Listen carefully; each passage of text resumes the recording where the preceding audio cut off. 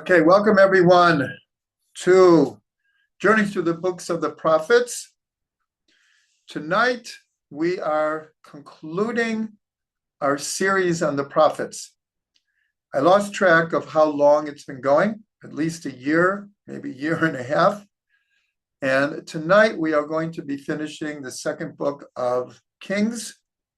And with that, we're finishing the entire series.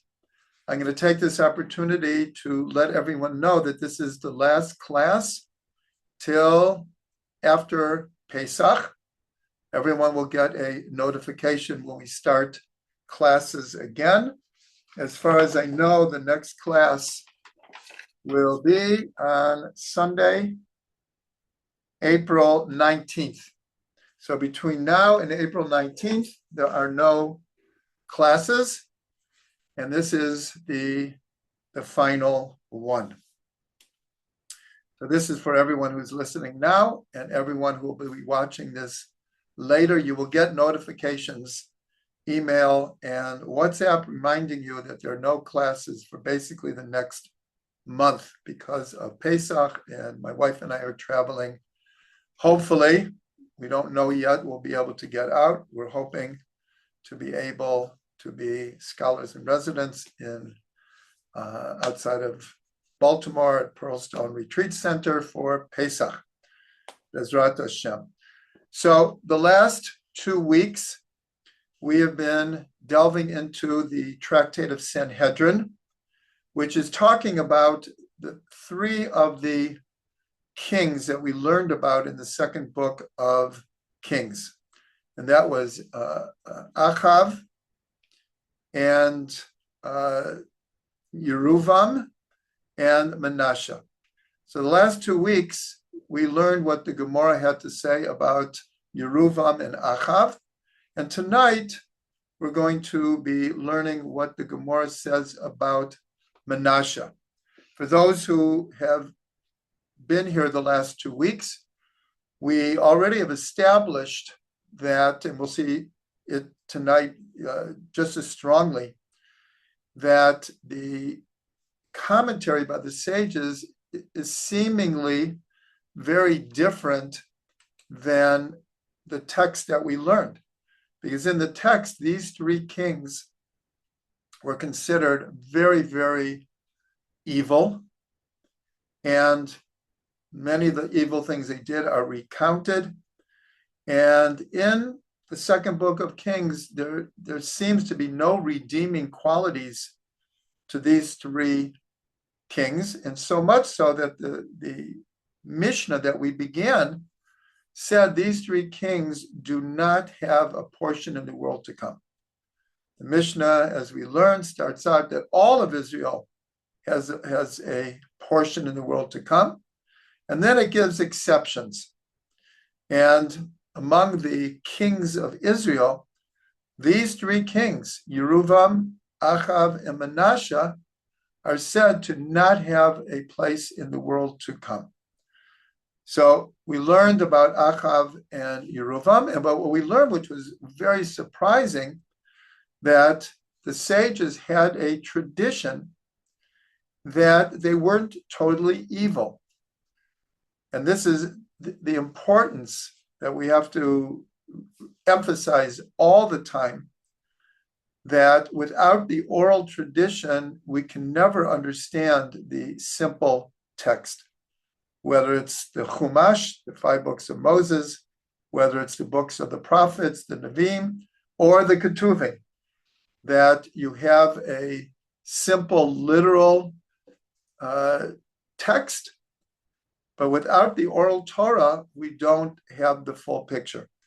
And in this particular case, the fuller picture is somewhat surprising because there's virtually no hint in the text to redeeming qualities of these particular kings. They are held out to be extremely evil, which they were. But here the sages had a tradition. And in some cases, they were able to see in the text how we could see that there was another side of these three kings. But in a certain way, because they were all considered knowledgeable, it makes what they did even worse. It's one thing if they didn't know better and they go and worship idols and they cause all of Israel to worship idols and turn away from the Torah. That would be bad enough. But here, apparently, these three knew better. And nonetheless, they did great evil in the eyes of God. So that's just an introduction. So for those who want to follow now or follow in the future, we're on page 102b of the Tractate of Sanhedrin. We are towards the bottom of the page, meaning soon we'll be on page 103. We're at the bottom of 102b. So it says like this. The first thing the Gemara asks is, how do we understand his name, Menashe? What does Menashe mean in the context of his life? And so two opinions are given. The first one is Menashe Shenashe, the name of God, Yud Hey. So here this verb Shenashe means that he forgot about God. He knew better, but he, as it were, pretended and he forgot about God. The other opinion is that the same verb that his name is based on, but he made all of Israel forget God. It's not that just he did evil things, but he caused all of Israel to sin. So that's what's called a drasha, an allegorical understanding of his name, that he forgot God or he made Israel forget God. And then the Gemara says, and how do we know that he doesn't have a place in the world to come? As we've learned many times, and anything that the sages are going to claim, they have to have a source. So this is an interesting one, because with Yeruvam and Achav, there were verses that alluded very strongly that they would die in this world and they would have no place in the world to come. But about Menashe, so it says, V'ya'as hara b'einei Hashem, he did evil in God's eyes. V'ya'as ashera ka'asher asa Achav melech Yisrael, and he made what was called an Asherah. This is a type of idol worship that Achav, the king of Israel, had made. And so the Gemara says just like Achav has no place in the world to come, here the verse says that he did like Achav did. So the Gemara is saying, if Achav doesn't have a place in the world to come, from this we can learn that Menashe, who did like Achav, also doesn't have a place in the world to come. And then, if you remember, it says in the Mishnah that these are the three kings who have no place in the world to come, but Rabbi Yehuda disagreed about Menashe, not about Yeruvam and Achav. And Rabbi Yehuda says, Menashe yesh lo chelek la'olam haba. He does have a place in the world to come. Why? Why does he take an opposing opinion? Shneamar v'yitpalel elav v'ye'ater lo.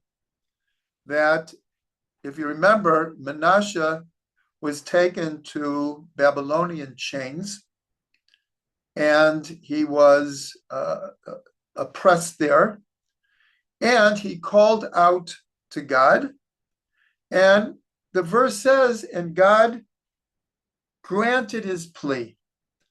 God allowed himself to be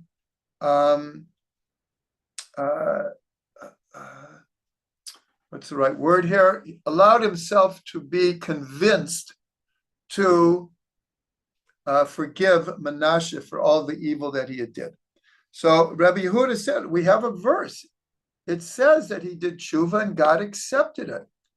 So he's challenging the other sages. Why do you say he doesn't have a place in the world to come? So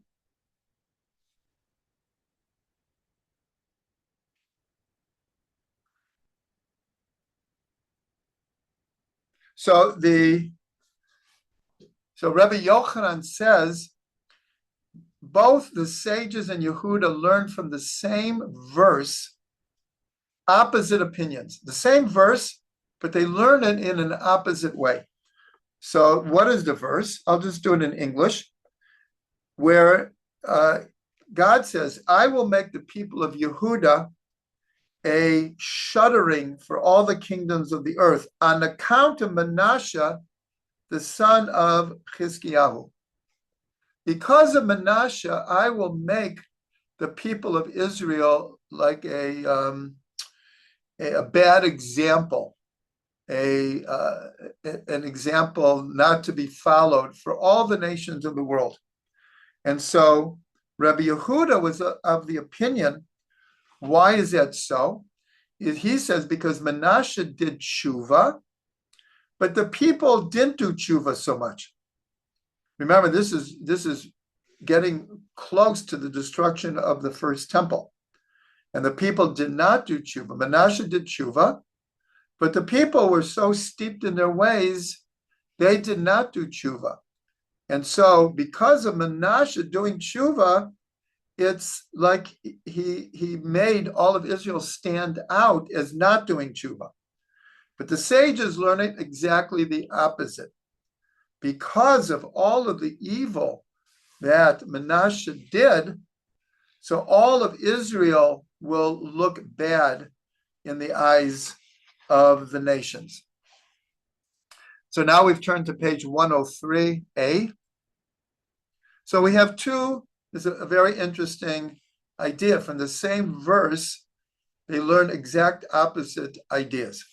But then Rabbi Yochanan says, and it's a very strong point, he says, Kol omer Menashe eino chelek le'olam haba, mirapeh yedehem shabali tshuva. So he says something very, very strong here.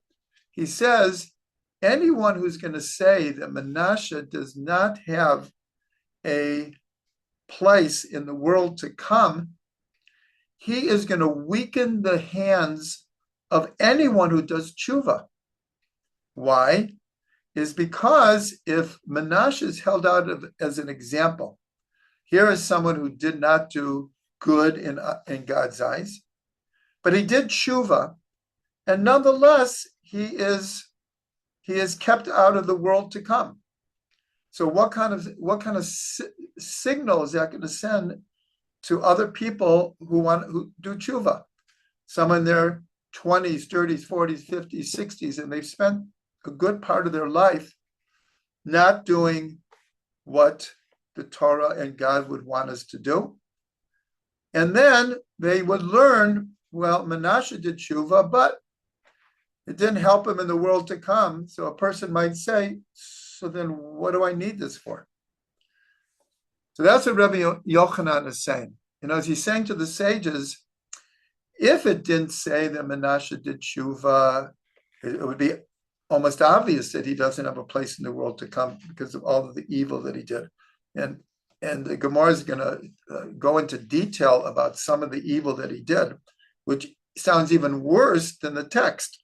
The text was not as explicit as the sages are going to make the evil that he did. So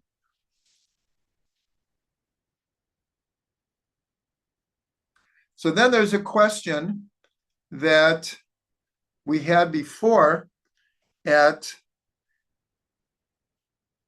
Rabbi Yochanan continues and he tries to show it's not like he did tshuva in the last year of his life.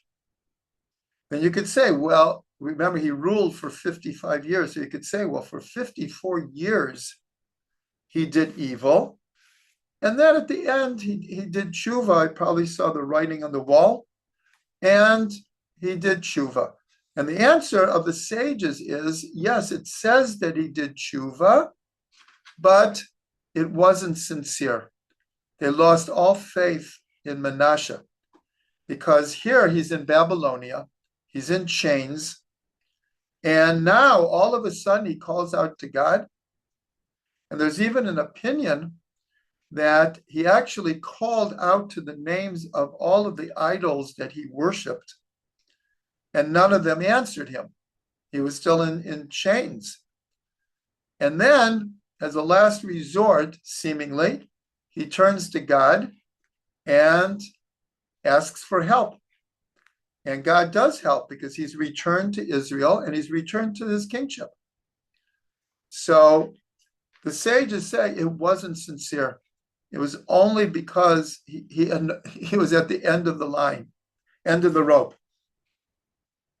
But Rabbi Yochanan is trying to show it's not just that he did Teshuvah for a year or two or whatever. So I know we had this question before, but here it's explicit what the Gemara thinks. And that is, Menashe was 12 years old when he became king. And remember the same verse that we learned before, that he did evil like Achav had done evil. And so since Achav ruled for 22 years, so the Gemara learns that his first 22 years as king, he was evil like Achav was evil. So now he is 34. And that's when he's taken to Bavel in chains. And he ruled for 55 years.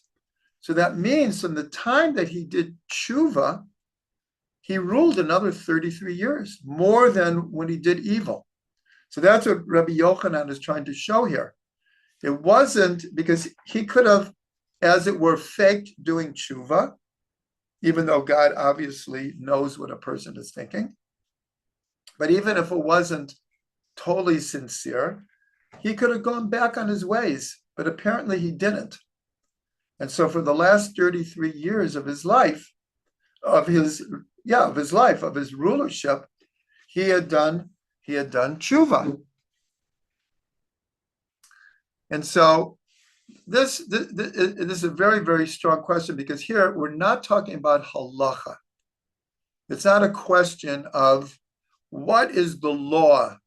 Does Menashe have a place in the world to come, or does he not? Usually when it's an individual versus the collective sages, we go by the sages. But here again, this is not a halakhic question. Call it a more philosophical question, whether Menashe merits or deserves a place in the world to come. So even if the majority opinion is that he doesn't have a place, this concept that Rabbi Yochanan is bringing and Rabbi Yehuda, that by saying that he doesn't have a place in the world to come, you're discouraging future people doing Teshuvah. Now, the Gemara goes into a very, very interesting thing, where Rabbi Yochanan, in the name of Rabbi Shimon Bar Yochai, Rashbi, the hero of Lag BaOmer, and the initiator and the inspiration of the Zohar. So we're now going to learn 4 different opinions of Rabbi Shimon Bar Yochai about different kings that we've been learning about or not learning about so much. We only learned it in the text, but not in the Gemara up to this point. So the first one is when Menashe prays to God to help him. So it says, Vayechater lo, it says, in the text it says, Vayechater lo. In other words, when God is answering him and accepting his plea, it says, Vayechater.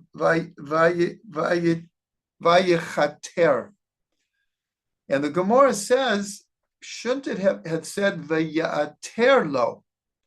That's what it should say. Now, why are they saying this? Is in Parshat Toldot, in the book of Bereshit. This is talking about Yitzchak has married Rivka, and it says that Rivka was barren. She did not have children. And so here, and they waited 10 years. And so the verse says,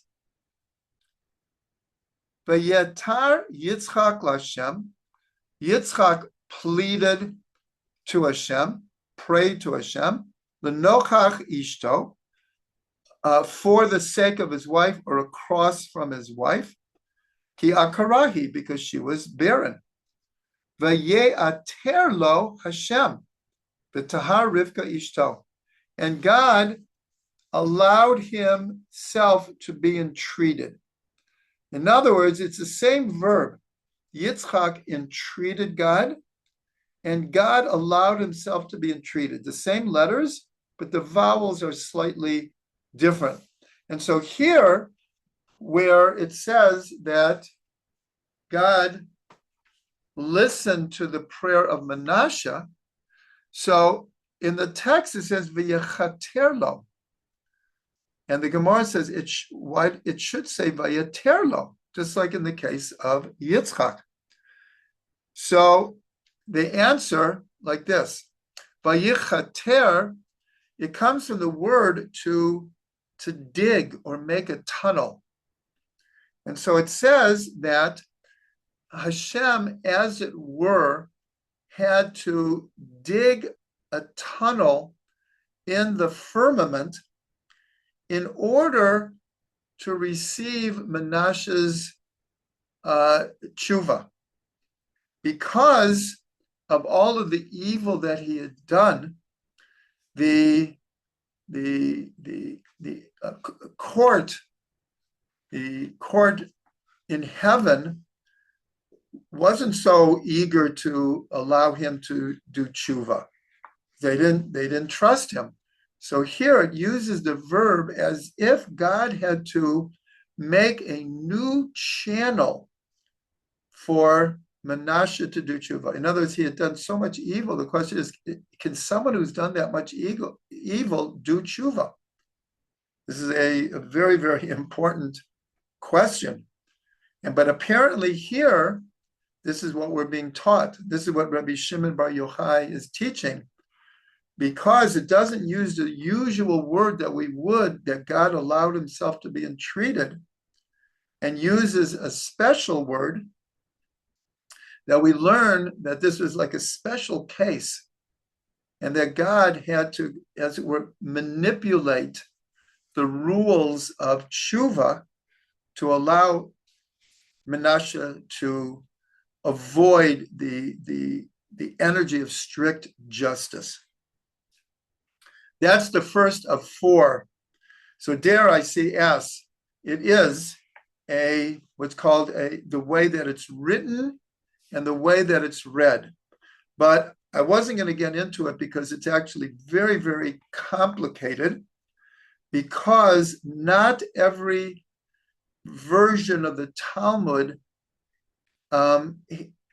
has, or the way that the book of Melachim is written, not everyone has the version that it's what's called the way it's written and the way that it's read.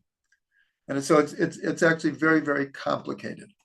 But nonetheless, that's what the Gemara says, that it says he tunneled away, and not that he allowed himself to be entreated, to teach us that, as it were, even for God, it was had to manipulate the heavens in order to let Menashe do Teshuvah. Now, the second interpretation of Rabbi Shimon Bar Yochai that Rabbi Yochanan is giving over, and that is when two of the kings, Yehoiakim who was the son of Yoshiyahu, when he became king. Now, Yoshiyahu was considered a very righteous king. We learned about him in great length. And yet his son was evil. And it's Yehoiakim. But about Yehoiakim, it says, Bereshit Mamlechet, Mamlechet Yehoiakim ben Yoshiyahu. And also about a second king, it says, Bereshit Mamlechet Tzidkiyahu. So the Gemara asks, it's using the word Bereshit. That's the word that begins the whole Torah. That word has tremendous meaning. Why is it being used with these two kings? Because it appears that both of these kings are evil. So why is it using the word Bereshit in the beginning of the ruling of these two kings?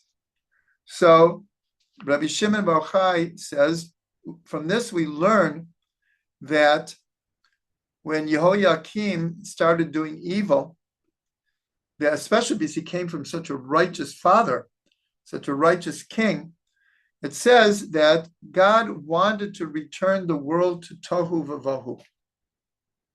Because of the evil that he was doing, that God was like at the time of Noah and the flood, God was, as it were, about to throw his hands up and say, like, I have to end it here. I'm going to return the world to chaos and void. But it says that God looked at the generation of Yehoiakim and he dropped his plans. So what do we learn from this? Is in this particular case, Yehoiakim had done evil, but the generation was still used to his father, and they had all done Teshuvah. And so God looks at the generation and says, okay, for the sake of the generation, I'll pass over the evil of this individual. But in the other case, it's just the opposite. With Tzidkiyahu, so it says, again, God wanted to return the world to chaos and void because he looked at the generation of Tzidkiyahu. This is the generation that the temple was destroyed. And God saw I'm going to destroy the temple. I'm just going to return the whole world to chaos and void. But then he looked at Tzidkiyahu and saw that he was righteous. And so he said, okay, the temple will be destroyed, but I'm not going to destroy the whole world. And so the Gemara asks a question, because in the text, Melachim Bet, it says clearly that Tzidkiyahu did evil in God's eyes. So how does the Gemara come to say that God looked at Tzidkiyahu and saw that he was righteous? And so the Gemara answers that he himself was righteous, but he was a fairly weak king, and he had no influence over the people. And so he didn't, at a certain point, he didn't even try to get them to change their way. And that was considered evil in God's eyes, because right after that, that was like the last chance the temple was destroyed. And so, because he didn't protest against what his generation was doing, so the text says he did evil in God's eyes, but nonetheless, there was a tradition that he conducted himself righteously, but he didn't, very, very much like Noah. Noah was the Torah says he was righteous, and yet he didn't plead for his generation. And that was in later commentaries, almost all agree that this was considered a great flaw in Noah, that he himself was very righteous, but he didn't really make an attempt to get the generation to change. That was the second of the deep teachings of Rabbi Shimon Bar Yochai. Then a third one that Rabbi Yochanan says in the name of Rabbi Shimon Bar Yochai. He brings a verse that says, it's from Mishlei, and it says, a wise man contends with the fool. He rages and smiles, yet there is no fear. So rages and smile are like two different reactions of the wise person to the fool. One reaction is he rages against the fool, and the other one is he smiles upon the fool. So Rabbi Shimon Bar Yochai explains like this, that the king Achaz, so he was one of the kings of Yehuda, and he was considered an evil king. He was the father of Tzidkiyahu. Tzidkiyahu was a very righteous king.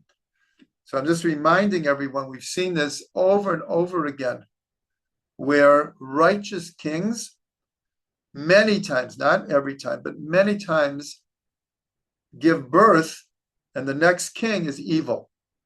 And we have the opposite. We have evil kings, and their son who takes over becomes righteous.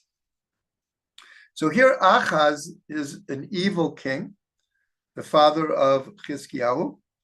And so God arranged that he would be defeated by the armies of Damascus. And so, because God was hoping that by being defeated, it would make him do Teshuvah. He would turn back to God. But what does it say about Achaz? It says that instead of coming to that conclusion, he began to worship the gods of Damascus, because he said to himself, well, they seem to have been successful. I wasn't. So I guess their gods are more successful than the God of Israel. So I'll worship them. So this is God like raging, because he gets Achaz to lose the battle, and still Achaz doesn't hear. Now, what about smile? So this is a different king, Amaziah, also an evil king of Yehuda. And here he is fighting against Edom, and God arranges it so he's victorious. He's victorious over Edom. What does Amaziah do? He returns from defeating the Edomites, and he takes their gods and starts to prostrate himself to these gods. So here, this is God smiling on this king, and he also turns away. So whether God, as it were, rages or smiles on these two kings, in both cases, they adopt the idols of their rivals. That was the third interpretation. And now the fourth interpretation is a shorter one, and it's based on a verse that says that all the officers of the king of Babylonia, they came into Jerusalem and they sat down at the Tavech gate. So the question is, what is this gate? And it's based on a word that means decisions. And so it's learned that it's by this gate that the Sanhedrin sat up on the Temple Mount. And so what does it mean that all these officers came and they sat down at the Tavech gate? So Reb Papa says this is what we learn from this is in this spot, the Sanhedrin once sat. And now those that are going to destroy the temple and did destroy the temple, now they're sitting in the same place. And so they said this is a common saying, on the spot where the master formerly hung his weapon, there the simple shepherd hangs his jug. So here the officers of Babylonia are sitting in the same place where the great sages of the Sanhedrin once sat.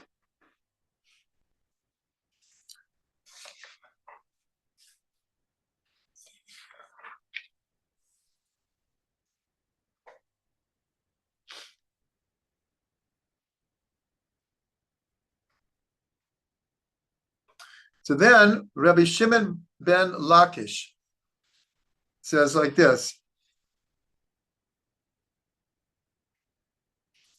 He quotes from Job, from Eov, and says, "V'yimaneh mirashaim oram uzroa rama tishaber." So it says, from the wicked, the light for the wicked will be held back, and their high arm will be broken. In other words, their arrogance, their pride will be broken. Now, in the word for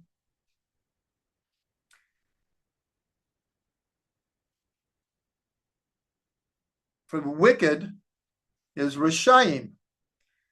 And here we have a very, very unique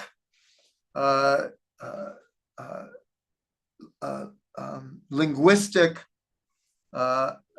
phenomena with a letter, that in the word Rishayim, the ayin is placed above the rest of the letters. Not totally above, but instead of being in the same line, it's raised up. And so the Gemara says, what is the meaning of this? Why is the ayin raised up? If you read the word Rishaim without the ayin, then it's Rashim, which means poor people. A Rash means a poor person. And so Shimon ben Lakish learns like this. He says that Kevan shenaseh adam rash milamata, naseh rash milamala. When a person becomes poor of friends below in this world, he becomes poor from friends in the upper worlds. In other words, what happens down here affects this person's fate or destiny in the upper worlds. And then the opposite. That once a person, that's what he says. So then the Gemara says, well, if that's the case, if the raised ayin it's being read as if it's not there at all, so why don't you just leave the ayin out of the word? But really, the answer would be, without the ayin, then it doesn't mean wicked. And the original verse is, and from the wicked, their light will be withheld, and their high arm will be broken. So if you take the ayin away, and now it says from the poor people. But nonetheless, that's what's being learned here. That because this person is an evil person, they do not have friends in this world. And therefore, they're not going to have friends, as it were, above. And so the Gemara says, so let them just take away the ayin. And so the answer, no, they're going to keep the ayin, because we have two examples of people who were hated in this world but it doesn't mean they were hated in the upper worlds. And who are the two people? One was David HaMelech. David HaMelech had many, many enemies, non-Jewish and Jewish. He just had a lot of enemies, but he was beloved above. And the other one is Nehemiah. The books of Ezra and Nehemiah. Nehemiah is one of the great individuals who led people back from at that time it was Persia, after the whole story of Purim, when Cyrus allowed the temple to be rebuilt and the Jews to go back. Unfortunately, only a very, very few actually went back. But they were led by Ezra and Nehemiah. And also, because Nehemiah, he was more in charge of just setting up everything in the land of Israel for the return of the exiles, he made a lot of enemies. And so here they say, we can't take the ayin away, because we have examples of people who were poor of friends in this world, but they were still beloved above. So here I'll just bring you the saying from the Baal Shem Tov, where in the Shir HaMalot, one of the Psalms, where it says, Hashem tzilcha al yad yaminecha. God is your shadow on your right side. So the simple understanding, the literal understanding is God, a shadow is protecting you on your right side. Right is always indicative of chesed. So the simple meaning is God is protecting you on your right side. The Baal Shem Tov read it almost more literally. He said, what is a cell? What is a shadow? A shadow acts like the person creating the shadow. If a person raises their hand and looking, the shadow will raise its hand. If a person starts jumping up and down, the shadow starts jumping up and down. And so the Baal Shem Tov explained that God is your shadow. The way you act in this world, God will mirror that. God will shadow that back to you. And there are many sayings for the same thing as you reap what you sow. You are what you eat. Many, many different phrases for this idea that according to our actions, that is the response that we can expect. So that's very connected to what we just learned. This idea is that if a person, and it says it in Pirkei Avot, it says it clearly that if a person doesn't find favor with people in this world, then they're not going to find favor with God in the upper worlds. So that's, of course, a very, very important idea. Now, remember, we learned in previous classes that Yeruvam, Achav, and Menashe were all considered Talmidei Chachamim. They were scholars. They were very well versed.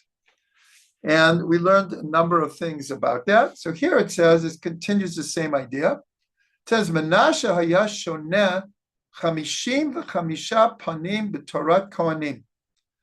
That there's a tradition that Menashe would give explanations, 55 different explanations for the book of Leviticus. And some say that why 55? Because he ruled for 55 years. Every year of his rule, he had a different novel explanation of the book of Leviticus. And it continues. It says about Achav that he had 85. He was able to say 85 facets of the book of Leviticus, and Yeruvam, 103 facets. So the Gemara doesn't explain how those numbers work. The 55, the Gemara says, is because he ruled for 55 years.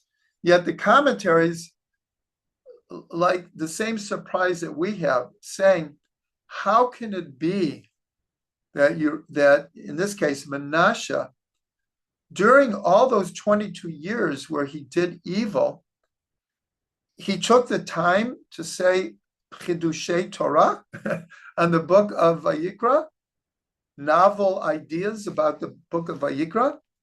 So some of the commentaries say what it means is before he started doing evil, he had the ability to see 55 different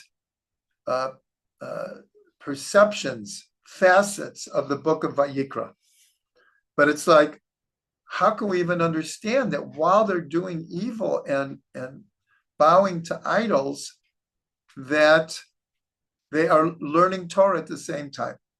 So here again, we have what the text says, and then we have these traditions that they weren't completely evil.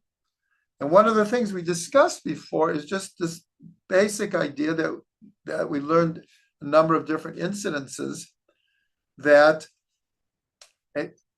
except for maybe a few exceptions, every evil person is going to have a little bit of good.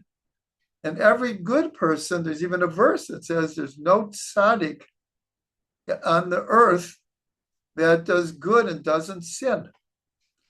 So the simple understanding is, what does it mean? How can you call him a tzaddik if he sins? So the Baal Shem Tov explains, it doesn't mean a sin in the way we usually use that word. What it means is that even in a tzaddik, there may be the slightest little bit of pride or lack of humbleness or some type of feeling that they're going to get something out of it, whether it's like the world to come or some kind of recognition. And it might be totally unconscious. But the Baal Shem Tov is saying that, I mean, that's the verse. The verse is there's no tzaddik in the earth that does only good and doesn't sin. So here, this Gemara is like a prime example of taking people that really did do evil. There's no doubt about it.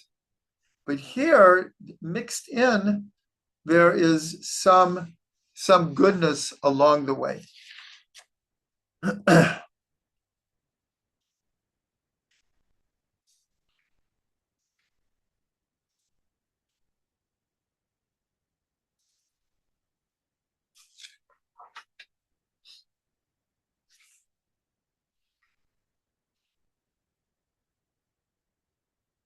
Okay, then we're still in 103b in the middle. We're not doing every single thing that it says. We do not have time for that. But here it says, it goes back to a verse that we learned, and that is, V'gam dam naki shafach Menashe harbe ma'od ad asher milei et Yerushalayim peh lepeh.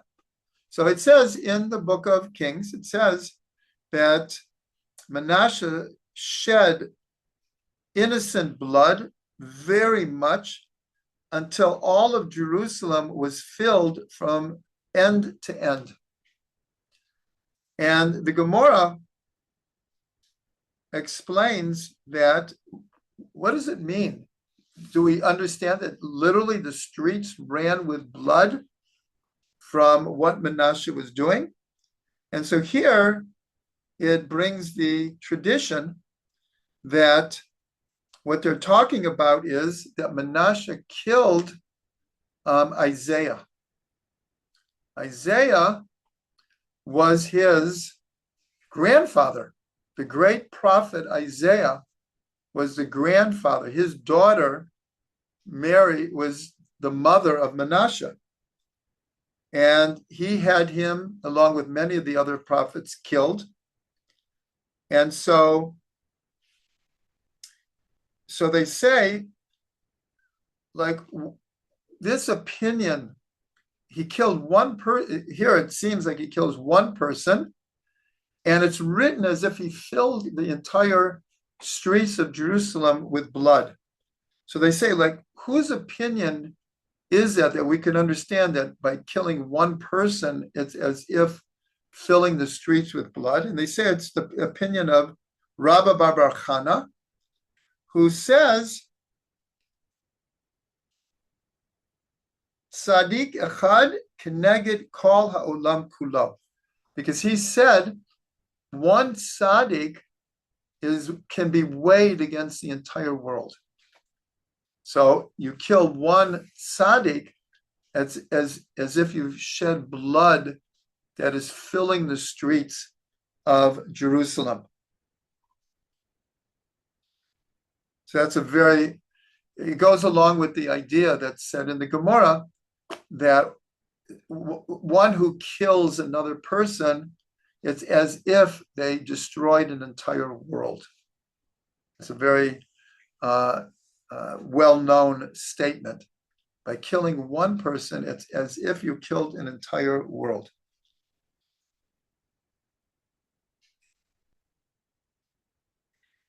And then there are two different verses when it's talking about Menashe. One says that he made a graven image in the singular. And then there's another verse that he made graven images in the plural. So we have a contradiction. Did he just worship one idol, or did he establish many, many different idols? So Rabbi Yochanan said at first, this is talking about he set up an idol in the temple. And at first, he made it with just one like face. But afterwards, he made it with four faces, so that whatever direction that God would be looking from, he would be enraged by this idol that Menashe set up. In other words, he went to such a distance to show, for whatever reason, his anger at God, that he wanted to anger God. And so at first he just set up an image in the temple, but then he put four faces in each of the directions, so that it would be, if God was looking in any of the directions, he would be enraged. That's how little Menashe cared what God thought of him. And then it says that Achaz, again, the father of Tzidkiyahu, so he put an idol in the upper chamber of the temple. And then Menashe placed the graven image in the sanctuary. That's where the menorah was, and the showbread, and the altar of the incense. And then his son, Ammon, he put one in the Holy of Holies. So again, it just stretches our imagination how far some of these kings went to distance themselves from God. It's almost here. Okay, let's say you have an atheist, or you have someone who loses faith in God and refuses to go to synagogue or church or mosque or whatever.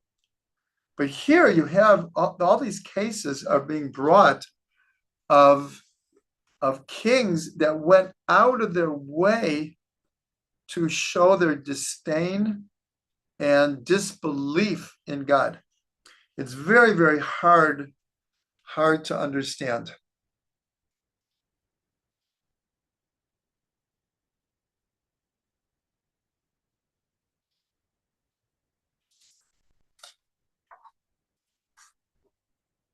Okay, then I'll be honest. I'm not even going to go into this next section where one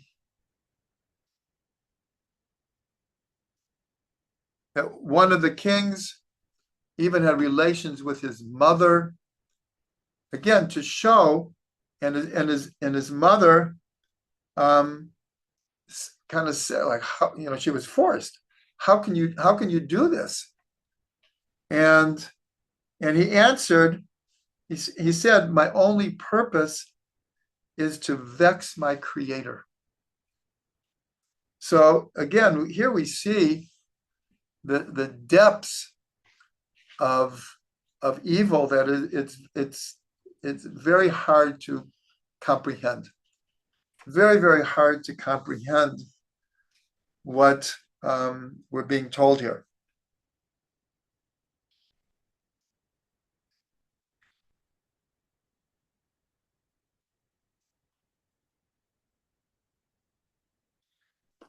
And with this, we've finished with Menashe.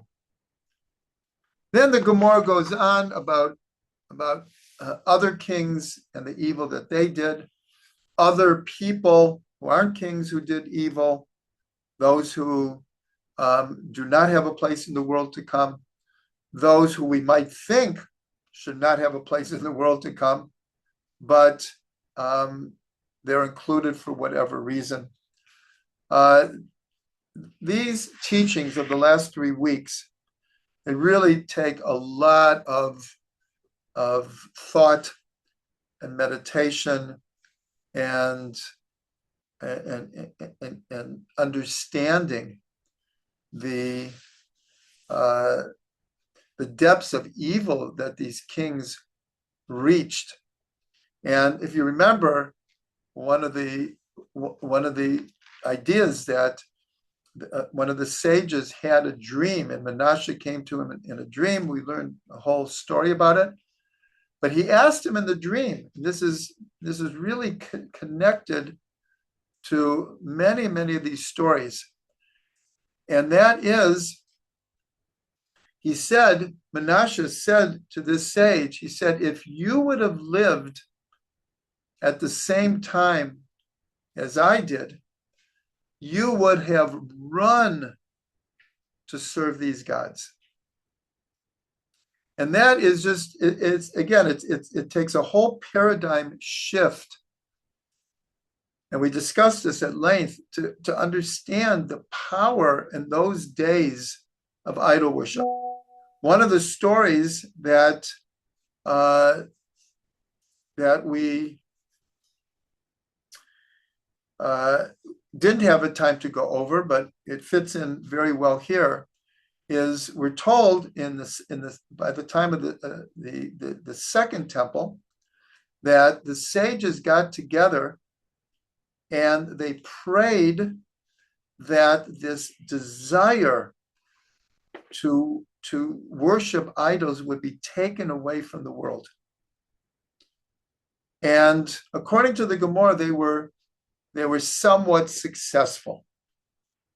I wouldn't say completely successful, because even today there are many, many different types of idol worship. It doesn't necessarily mean worshiping an idol of wood and stone and a false god.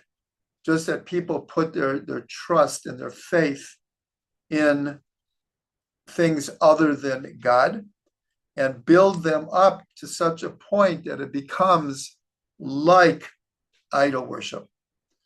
And then there is trappings of idol worship that still exist in the world. But we discussed this, and I'm just mentioning it here, is along with the concept of bowing down to an idol, was a whole avoda, a whole service, a whole philosophy that went along with each of these gods. And they appealed to people's lower natures. Just like we all have an animal soul. In those days, the animal soul was drawn to these different worships. And in Hebrew, they're called idol worship. One of the terms is avodah zarah, which means a strange service. In other words, it's appealing to the animal soul. And we know from all kinds of addictions in this world, and not just to drugs or alcohol or gambling or sex. There's all kinds of types of behavior like this, addictions. Probably the biggest addiction worldwide now is our devices. That people are seriously addicted to their devices. So here, just to wrap up what we've been learning, the sages are again, we just like we read and studied the simple text, here we've tried to learn the words of the sages. We tried to introduce some ideas behind what they're trying to say. But anything in the oral tradition takes a lot of study, a lot of review, a lot of thought, a lot of discussion, a lot of perspective to get to the bottom of all these different ideas. And so here, it just happened that we ended with kind of like on a sour note, talking about how evil these kings had become. But if you look at the world in general, there's still a lot of evil, and it comes in many, many different guises. And I think really, especially the last thing we learned of the king who slept with his mother and said, I'm only doing this to anger God. But this is telling us that there are a lot of people in the world who are angry at God. Doesn't mean that they go to these lengths to show their anger. But nonetheless, there are a lot of people who their anger comes from, I would say, a disappointment, that they wanted so much more out of life. They wanted so much more of God. They wanted so much more blessing and protection and success. And many times people turn a lack of blessing and success to being very, very angry at God. And so here, these stories seem very, very extreme, but they're very, very real about human emotions. And that, I'm just inviting everyone. You could review this. You can get this online in Hebrew, in English, Sefaria.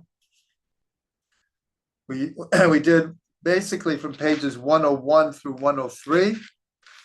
And here we are ending our series. So I want to take this opportunity for all those who are live with us now and all the many, many people who will be watching this week. If you have followed this series, we hope that everyone has learned, and we really appreciate everyone who stuck with us through all of this learning. And after Pesach, I will come up with something new, a new series. and we will reconnect then. In the meantime, I want to bless everyone with a Pesach kasher v'sameach. May we see miracles and wonders. Everyone knows it's a very, very difficult time in Israel for the Jewish people everywhere. I'd say everyone, the whole planet this is just not an easy time, and we need redemption. We need God's help, and so I invite everyone to open their hearts and to really, really ask God for help to get us through these hard times, and that Be'ezrat Hashem, that this month should bring us a complete and total redemption.